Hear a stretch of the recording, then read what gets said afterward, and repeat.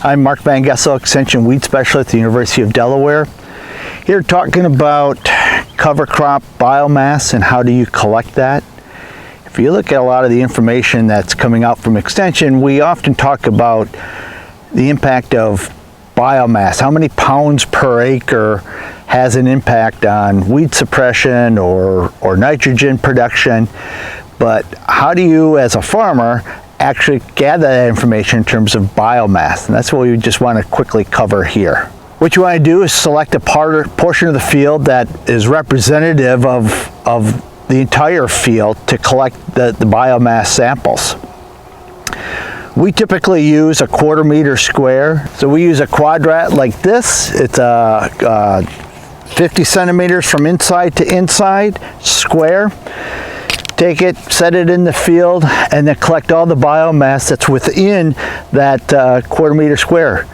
If we have more than one species, like a cover crop mix, we'll separate it out by species so we know what is the contribution from rye versus that of one of the legumes. It's particularly important if we want to equate nitrogen production from that specific legume species.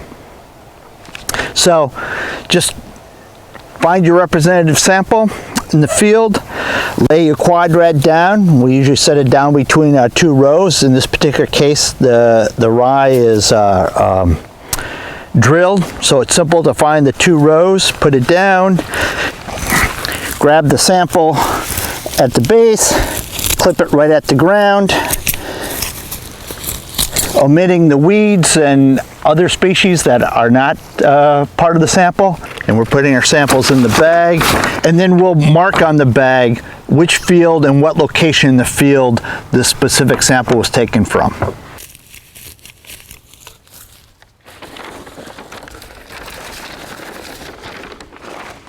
So in situations where the cover crop was not drilled in, or if you've got a cover crop like a legume that vines a lot, the best way of doing that, putting your quadrat down and then just mashing it down and then cutting to the inside of that quadrat and collecting all the biomass that's on the inside of the quadrat.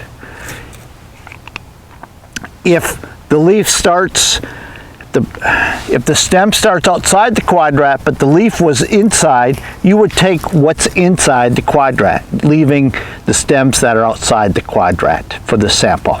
So as you're clipping your sample and removing it from the quadrat, you need to separate the hairy vetch from the rye and pick out the weeds so that they don't influence the biomass. So when we see information talking about cover crop biomass and its contribution for ecological services, it's really done on a dry weight basis. So while we collect samples from the field, they're not dry. We need to get the samples dry.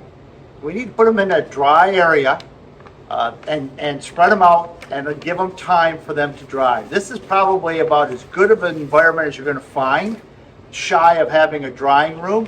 This greenhouse, so it'll get quite warm in here. We've got some fans in here to get some air circulation. And even at that, it's going to take 5 to 7 days for these samples to dry down. So put them out on newspaper or paper bag. Don't put them on plastic because they'll have a tendency to rot and mold. Put them out and spread them out as thin as you can, depending on how much space you have available. Here's a sample that we've allowed to stay in the greenhouse and dry down. You see it's very brittle. It's taken all the moisture out. So when we take the weight, we're taking the weight of the plant itself, not of any moisture that's within the plant. So we just gather it all up, put it in our bag. Careful that if it's really dry, which it should be, it can be brittle and stems and leaf material break and fall away. So you want to gather all that up.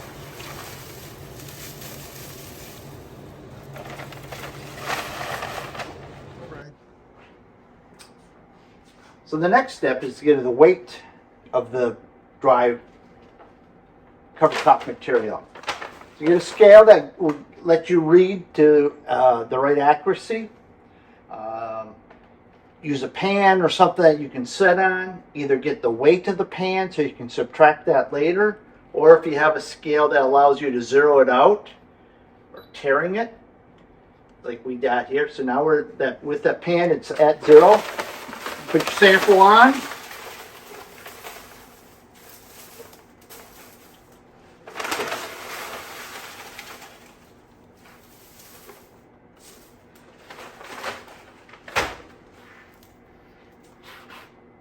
And record your biomass.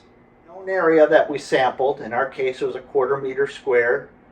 We've got the dry weights, so now we want to be able to convert that to our working value, whether that be pounds per acre or kilograms per hectare. Just remember what units you used when you measured something or weighed it, and make the proper conversions. There is no specific number, particularly with the quadrat size, that works. We use a 1/4 meter squared because it fits well within what we do and other data that we're collecting.